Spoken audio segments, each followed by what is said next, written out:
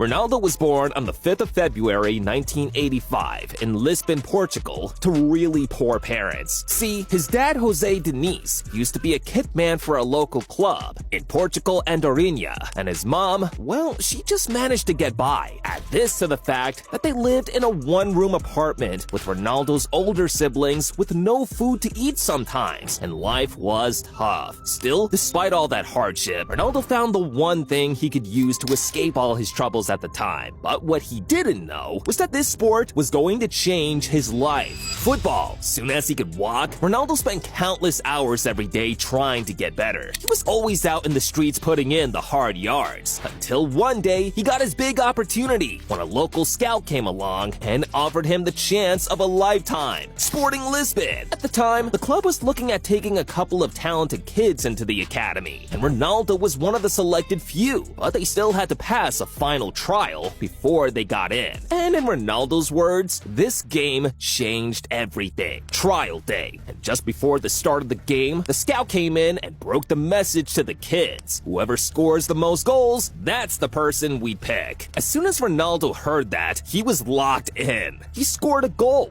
but another kid on his team, Albert Fantrao, had scored too. So coming into the final minutes of the game, Ronaldo and Albert were both through on goal when Albert went round the goalie, and instead of shooting into the empty goal, he decided to pass to Ronaldo instead. Ronaldo got the contract. Now he was at Sporting, it was time to show the world just how good he was. After bagging the first couple of goals for the senior team against Moreirense, Ronaldo never looked back. He became so good that now a lot of clubs were interested in him. But Ronaldo's big break was about to come months later. After he put in a performance so crazy, he had the biggest club in England on speed dial trying to sign him. Sporting Lisbon versus Manchester United in a friendly game, and Ronaldo put in a masterclass performance. He had the entire United defense on strings, and by the end of the game, Sir Alex Ferguson had seen enough. So he rang up Ronaldo's agent, struck a deal, and days later, Ronaldo was off to Manchester United on a deal worth $19 million. At his new club, Ronaldo was tipped to be the next big thing. In fact, Sir Alex believed in him so much that when Ronaldo joined on jersey picking day and asked for the number 28 jersey, Sir Alex said no and gave him the club's most important shirt number. Yeah, the birth of CR7. But on the field, it didn't quite pan out the way he thought it would. Ronaldo got off to a slow start and even got labeled by some of his teammates as a kid who just loved dribbling too much. But to Ronaldo, this was more than anything he could ever ask for, because now he could afford to take his family off the streets and give them a place of their own. But just when things started to look up for Ronaldo, one phone call sent his entire world